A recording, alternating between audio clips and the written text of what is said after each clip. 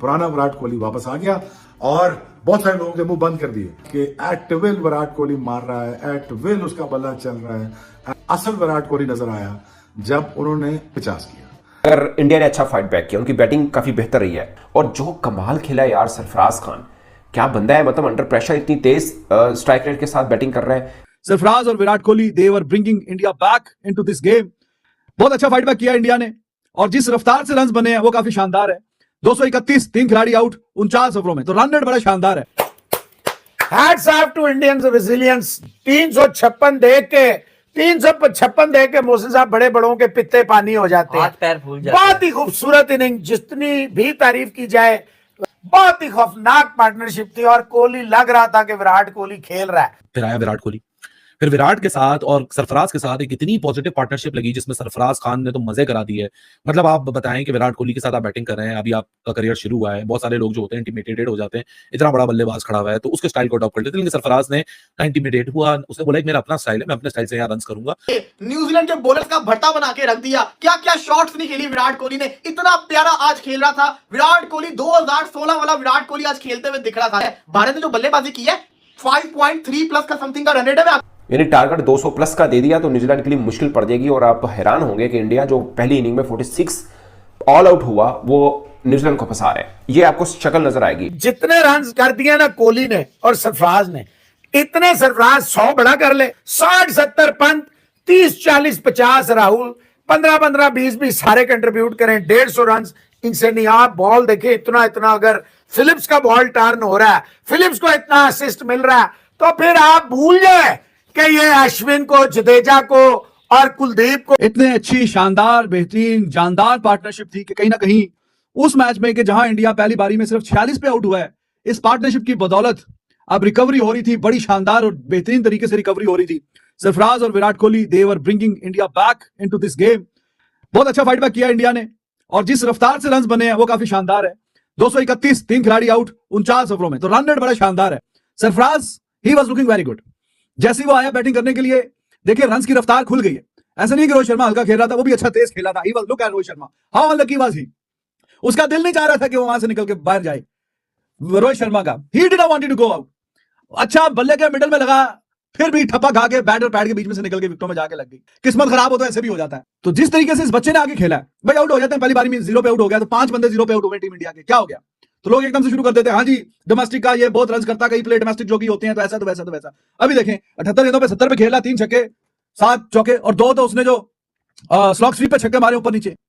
तो जैसे ये बंदा आया, रन की रफ्तार ऐसे दुगनी हो गई है। किंग कोहली ने और सरफराज ने, दोनों ने अच्छी रफ्तार पकड़ी और अच्छे रन आना शुरू हो गए। 700 रन उतर के अगर ऊपर 200 भी डाल दिया है तो with the passage of time it will become difficult to bat on this pitch. मुश्किल होता जाएगा ना with the passage of time. लेकिन इस बंदे ने बहुत ही शानदार शॉट्स खेले हैं और वो कीपर के ऊपर से जो ग्लांस करके शॉट खेला है सरफराज ने, दैट वाज अमेजिंग। और स्लॉग स्वीप पे जो छक्के मारे हैं, it shows the confidence of domestic cricket. I really want कि जिस तरह से डोमेस्टिक में ये करता है, बड़े ये 100 करता है, 200 करता है, 170 180 200 250, तो यार टीम को जरूरत है। अभी 70 पे खेल रहा है, आई रियली वांट हिम कि ये यहां से कोई करे 200 वाला काम करे, 200 वाला। अगर ये 200 कर जाएगा तो डेफिनेटली इंडिया के 200 250 के ऊपर लीड चढ़ जाएगी। इंडिया अभी भी गेम से आउट नहीं है। अगर इंडिया ने अच्छा फाइट बैक किया, उनकी बैटिंग काफी बेहतर रही है और मुझे लगता है कि जब मतलब कल का दिन होगा, इंडिया बैटिंग करेगा, उसके बाद जब अगर कहीं जाकर न्यूजीलैंड की बारी आती भी है तो स्पिन ट्रैक पे फंसता है। न जाने मुझे क्यों लग रहा है कि अगर इंडिया ने 200 से ऊपर कोई भी हिंसा 215 20 25 ये न्यूजीलैंड को दिए ना तो न्यूजीलैंड के लिए मुश्किल बन जाएगी।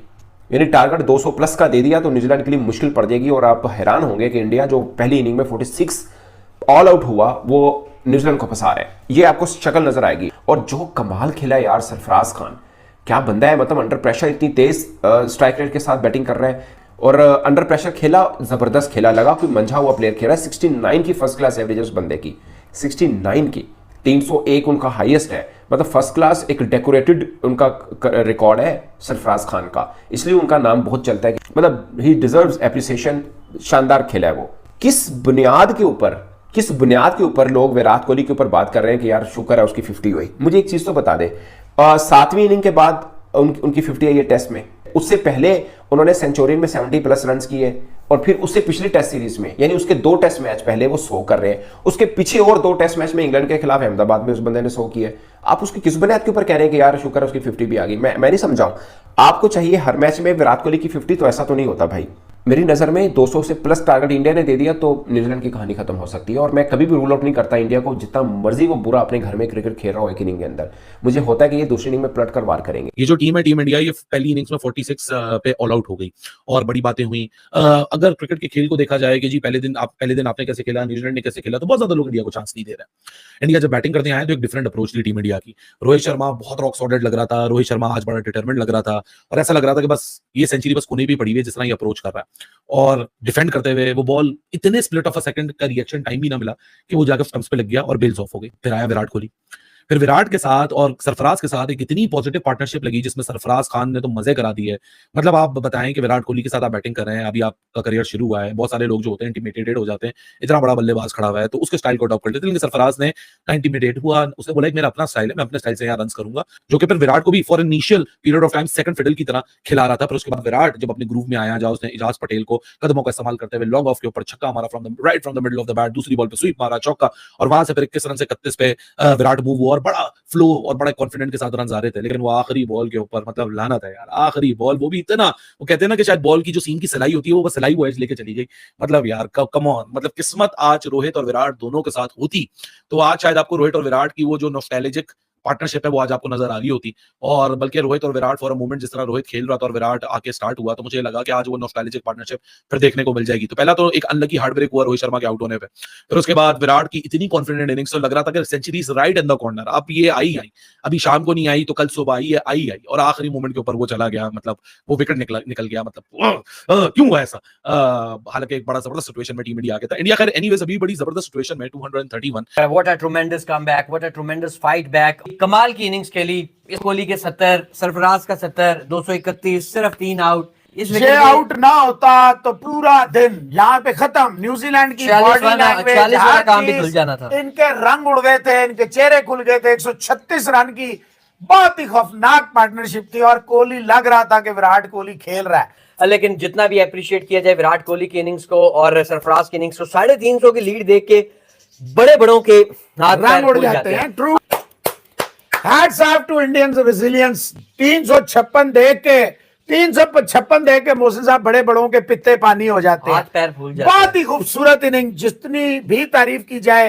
रोहित शर्मा ने ऊपर से स्टार्ट दिया 72 प्लस का, जो बेहतरीन जिसे कहते हैं स्टैंड, जो just what the doctor ordered था वो था।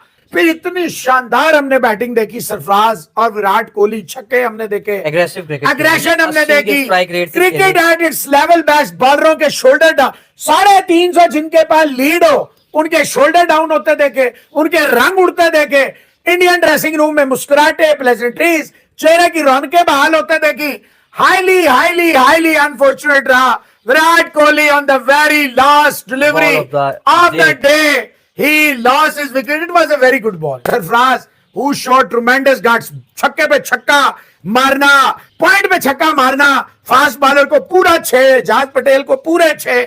आन की बैटिंग की तारीफ की जाए उतनी कम होगी। जितने रन कर दिए ना कोहली ने और सरफराज ने, इतने सरफराज 100 बड़ा कर ले। 60-70 पंत, 30-40 50 राहुल, 15-15 20 सारे कंट्रीब्यूट करें, 150 रन इनसे नहीं। आप बॉल देखे इतना अगर फिलिप्स का बॉल टर्न हो रहा है, फिलिप्स को इतना असिस्ट मिल रहा है, तो फिर आप भूल जाए कि ये अश्विन को, जडेजा को और कुलदीप को ये, और देखें ये मेंटली एग्जॉस्ट हो जाएंगे। और मैं तो समझता हूं अगर ये विकेट कोहली की ना गिरती तो ये सुबह इंडिया ने इनके फट्टे तोड़ देने थे। इंडिया ने इनको बिल्कुल रैटल कर दिया।